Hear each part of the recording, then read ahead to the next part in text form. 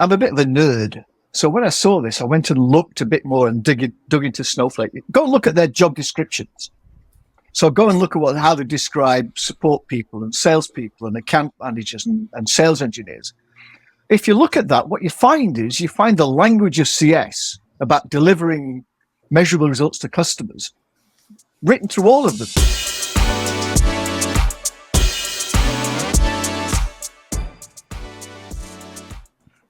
What's up, lifers, and welcome to the Daily Standup with Lifetime Value, where we're giving you fresh new customer success ideas every single day. I got my man JP with us. JP, do you want to say hi? Hey, people, what's going on? I've got my man Rob with us. Rob, do you want to say hi? Hello, heretics. And we've got Dave with us. Dave, do you want to say hi? Hi from the original CS heretic. Yes, exactly. I can't believe Rob tried to undercut you like that, Dave. And I am your host, not a heretic in any way. My name is Dylan Young. Just Dave, Harry. Thank you so much for being here. Would you like to introduce yourself? Yeah, Dave Jackson. Go by the moniker of CS heretic. And a heretic is not a non-believer. It's just that they've got slightly different beliefs. Background is started a SaaS company in the year 2000, sold it twice. And now I coach B2B SaaS CEOs, typically at scale-up stage, and have a lot of fun doing it. And when I'm not doing that, spend time with family, drinking wine, and eating good stuff. Hell yeah. This is my kind of guy. Keep it simple. Dave, you know what we're doing here? We ask one simple question of every guest we have, and that is, what is on your mind when it comes to customer success? And I got a feeling you got a good one. So can you tell us what that is? I think what's on my mind is, what the hell is customer success and why is it really struggling in the views of so many people? So can I clarify? Sure. Do you also think it's struggling? Or is your question around, do people think it's struggling because they don't know what it is? Tell me a little bit more about that. I think there's a misalignment between what people think it is and what people do. So if you go back to, and by the way, I started a SaaS company in 2000. I appointed my first CSM in 2004. And if you look at a lot of what people talk about in terms of customer success, they talk about it being a company-wide philosophy. And what's the normal reaction for people that think they want to implement CS is they create a CS department. Like company-wide department, there's two opposites. That doesn't fit. There's a guy who is actually another European, a Dutchman, a guy called Slootman, who's the CEO of a company called Snowflake. He wrote a book called Amp It Up. And there's a chapter in that where he said, and I think he said this in a podcast also, anybody who creates a CS department is stupid. Was it that blunt? I mean, we all know Frank Slootman because he is like public enemy, right behind, for me, Jason Lemkin, public enemy number one. And I thought that was Aaron Aaron Rodgers. I didn't know he said that as bluntly as that. Okay. Yeah, in fact, I was reading something on LinkedIn this morning. There was a post from TSIA commenting on, by the way, Slootman said this in his book, I think probably 2 or 3 years ago. TSIA, someone put a post up just in the last couple of days saying, is he right? Is he wrong? And I'd responded to this a few years ago saying, well, actually, it's not wrong. And the reason is, if you look at what's being written, so the so-called Bible on CS, the blue book from Nick and Dan, and I can't remember the other guy, rule number one of the 10 laws was customer success is a company-wide philosophy. Well, actually, Slootman's taken that and said, yeah, that's right. And in Amp It Up, he basically says the reason you don't create a CS department is because if you do, everyone else in the company says it's their responsibility. Yeah, not my job. Yep. Yeah, exactly that. So he said, if you don't do it, and everywhere he's been is scrap CS department. And he's not, I think, I'm a bit of a nerd. So when I saw this, I went and looked a bit more and dug into Snowflake. Go and look at their job descriptions. So go and look at how they describe support people and salespeople and account managers and sales engineers. If you look at that, what you find the language of CS about delivering measurable results to customers written through all of them.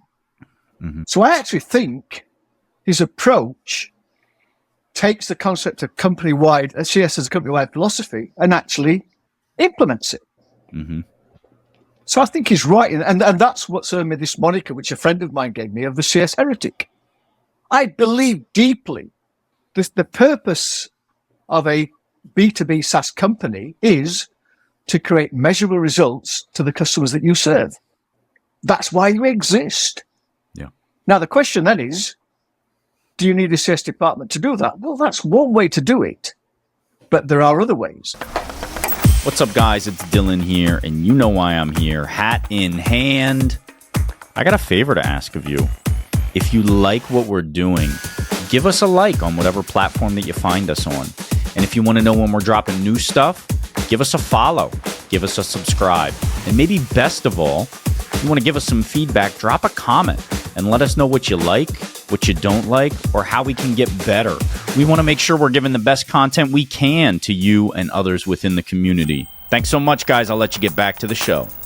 One of the problems with CS is one of the biggest barriers to delivering customer success or customer experience is silos. Because silos tend to focus just on what matters to them. And one of the great ways to bust silos is to get rid of it.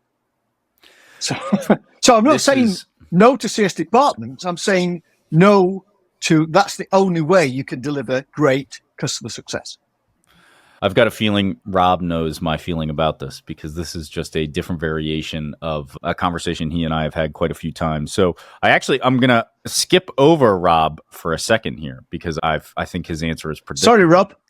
And I'd like to hear what JP has to say in response to this. Because JP, I don't know if you and I have had this conversation, nor do I know if you knew all that stuff about Frank Slootman. And I thought that was pretty interesting. So tell us what you think. Good old Sloot, man. Slooty boy. Decided to jump across the pond to old JP, huh? So my thoughts are, what would the word be? Agnostic to the CS language, to stick within the religious theme. They're agnostic in terms of if someone hires me, I think I have a very mercenary mindset. You hired me. As long as I'm not cleaning the toilets and I'm providing value, whatever you need me to do. I guess that would mean I'm not too fussy. You're gonna JP, let me challenge that though. Just not clean the toilets. That's my barrier. But I think where the rubber hits the road here is when you have trained for years as a CSM and that is what you do. That's how you describe yourself on your resume or at the proverbial family dinner. And they say, what do you do for work? You say, I'm a customer success manager. They say, what the is that?